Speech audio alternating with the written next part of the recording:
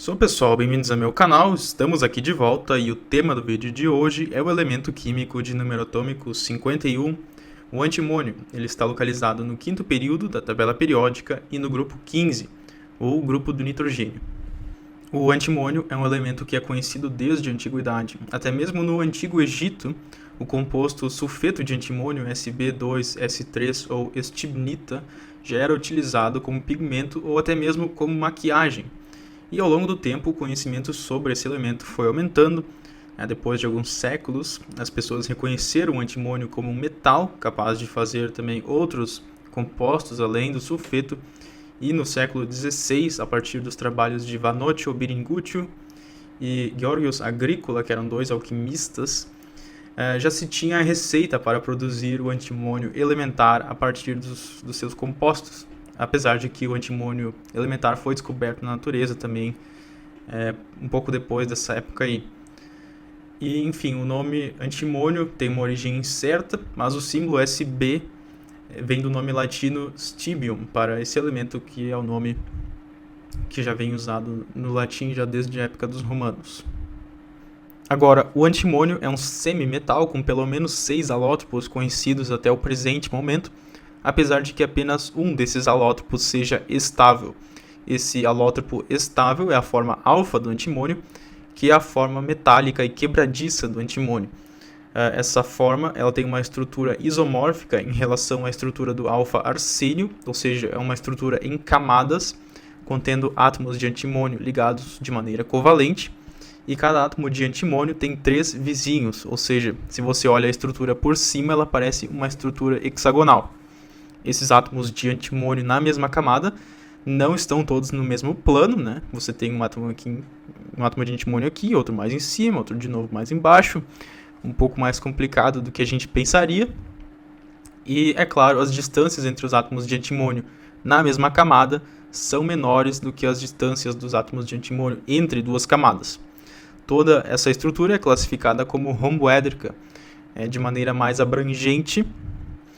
E, enfim, outros alótropos incluem o alótropo de antimônio preto e o antimônio amarelo, mas essas formas são metaestáveis e não têm uma importância tão grande. Enfim, o antimônio ele tem um ponto de fusão de 630 graus Celsius e um ponto de ebulição de 1753 graus Celsius e uma densidade de 6,7 gramas por centímetro cúbico. E o que a gente pode aprender daí é que a estrutura em camadas do antimônio ela permite que os átomos estejam bastante próximos, isso provoca uma densidade relativamente alta, mas também ela provoca essa característica do antimônio alfa de ser quebradiço, porque, enfim, essas estruturas em camadas geralmente produzem, digamos, em proporções macroscópicas esse efeito do material ser quebradiço. E outra característica interessante do antimônio é que, apesar de ele ser um metal metalloide, ele conduz muito mal a eletricidade, a corrente elétrica. Conduz pior que o chumbo, mas pelo menos melhor que o bismuto. A configuração eletrônica do antimônio, que é criptônio 4D10 5S2 5P3, já diz muito sobre a química do antimônio. Os principais estados de oxidação são o -3, o +3 e o +5, e de maneira geral a química do antimônio é muito similar à química do arsênio, apesar de que o antimônio é menos reativo. O antimônio é estável em temperatura ambiente, mas se você aquece o antimônio, ele forma trióxido de antimônio, pentóxido de antimônio e até mesmo tetróxido de antimônio em condições mais controladas. E aí tem que notar que o tetróxido de antimônio na verdade é um composto de valência mista que contém antimônio 5 e antimônio 3. E é claro, o antimônio também reage com enxofre quando aquecido, né? O antimônio tem essa reatividade muito grande com os elementos do grupo dos calcogênios. O antimônio reage vigorosamente com os halogênios também, formando os compostos da forma SbX3, nos quais o X é um dos halogênios. Também existem compostos da forma SbX5. E o hidreto de antimônio é outro composto bastante interessante do antimônio, que é um análogo mais pesado da amônia, ou seja, ele tem uma estrutura trigonal piramidal. Só que, diferentemente da amônia, os ângulos são de 92 graus, a amônia eu acho que são 107 graus, e também as distâncias do antimônio para o hidrogênio são muito maiores que as distâncias do nitrogênio para o hidrogênio na amônia. O hidreto de antimônio é um composto muito tóxico, incolor, e enfim, o que eu queria falar mais? Sim, o antimônio elementar não é atacado por ácidos diluídos, mas, por exemplo, com ácido sulfúrico concentrado, ele forma o sulfato de antimônio, ou com aqua regia, ele forma também uma solução de pentacloreto de antimônio. Enfim, com ácidos concentrados ele reage sim, mas com diluídos não. Porém, a química do antimônio vai muito além dessa breve introdução que eu dei.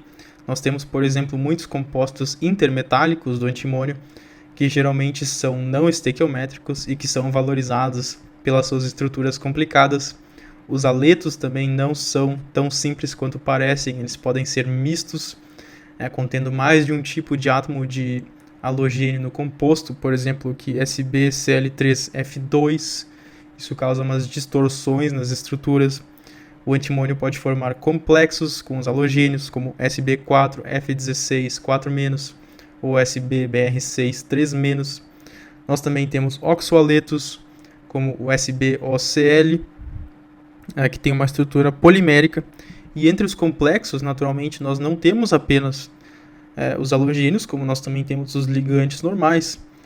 Nós temos ligações do antimônio com outros metais, formando espécies de clusters, por exemplo, o antimônio ligado a outro metal, ligado aos ligantes tradicionais da química de coordenação, formando estruturas também que são, assim, cada caso é um caso e não dá para assim, fazer uma tendência.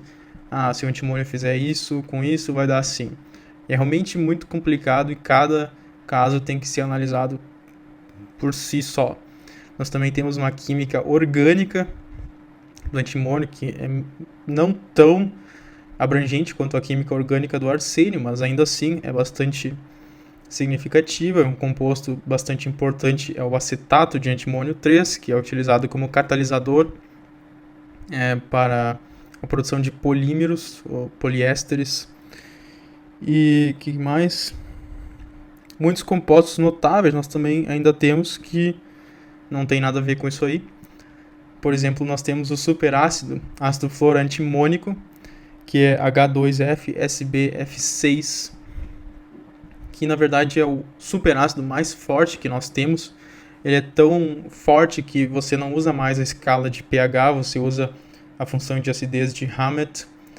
E esse superácido é produzido a partir da reação de pentafluoreto de antimônio e hydrogen fluoride, HF. E daí fica H2F mais um SbF6-. E esses íons H2F+, que são fluoronium ions, são os responsáveis pela acidez extrema desse ácido, que é muito utilizado na química orgânica também, porque ele reage, enfim, com quase todos os compostos orgânicos, incluindo, tipo, isobutano, e o cara pensa, não pode ser que reage com isobutano, mas sim, reage, e o antimônio faz parte desse composto. Isótopos. 2 isótopos do antimônio ocorrem naturalmente, são eles o antimônio 121, que faz 57% do antimônio, e o antimônio 123, que faz 43% do antimônio. São ambos estáveis. E o radioisótopo mais estável é o antimônio 125, que tem uma meia-vida de 2,7 anos. A abundância do antimônio na crosta terrestre é de aproximadamente 0,2 partes por milhão, ou seja, o antimônio é 10 vezes menos abundante que o arsênio aproximadamente, e a sua abundância é comparável à abundância da prata ou à abundância do tálio. Mas apesar dessa raridade extrema, o antimônio ocorre em uma grande variedade de minerais que geralmente contêm enxofre ou oxigênio, devido à afinidade do antimônio com os calcogênios, como eu já falei aí ao longo do vídeo. E o principal mineral que é utilizado para a exploração econômica do antimônio é a estibnita, a Sb2S3, que é o sulfeto de antimônio. E também o antimônio ocorre, assim, ocasionalmente é descoberto o antimônio ocorrendo na sua forma elementar aí, mas como eu disse, quantidades ínfimas. A produção do antimônio depende do mineral utilizado e do teor de antimônio presente. Se tem pouco antimônio, o mineral geralmente é volatilizado, produzindo o trióxido de antimônio, e aí você já obtém a separação do antimônio e do arsênio, porque o trióxido de arsênio é mais volátil que o trióxido de antimônio.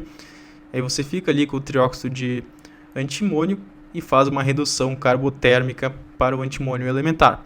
Se o mineral tem bastante antimônio, vale a pena esse mineral ser liquefeito e isso aí você trata com ferro para a remoção do sulfeto, né? Enfim, o sulfeto de antimônio mais ferro dá antimônio mais sulfeto de ferro, e aí você também chega no antimônio elementar. E por fim, as aplicações do antimônio. O antimônio é adicionado ao chumbo para formar uma liga mais forte e mais dura que o próprio chumbo, e geralmente é essa liga que é utilizada nas baterias de chumbo ácido, com mais ou menos 3% de antimônio adicionado. O antimônio, na forma do seu trióxido, também é um importante catalisador na produção de polímeros, especialmente na produção do polímero polietileno teraftalato, PET ou PET. E o trióxido de antimônio também é um retardante de chamas, por exemplo, em aparelhos eletrônicos, para impedir que aquilo ali, caso dê algum problema, um curto-circuito ou algo assim, impedir que aquele aparelho ali queime de maneira muito rápida, muito violenta. E também o antimônio é utilizado como dopante em semicondutores, e os semicondutores por si só têm diversas aplicações, por exemplo, em detectores infravermelhos. E por fim, como nós já falamos no início do vídeo, o antimônio pode ser utilizado como pigmento, já desde o Antigo Egito ele é utilizado, mas hoje em dia não é mais como maquiagem, porque, enfim, é um pouco tóxico. O sulfeto de antimônio, não recomendo para vocês. Mas enfim, por hoje ficamos por aqui. Se você assistiu o vídeo até aqui, é porque você gostou. Então inscreva-se no canal. Muito obrigado, deixe seu joinha. E nos vemos na próxima. Tchau!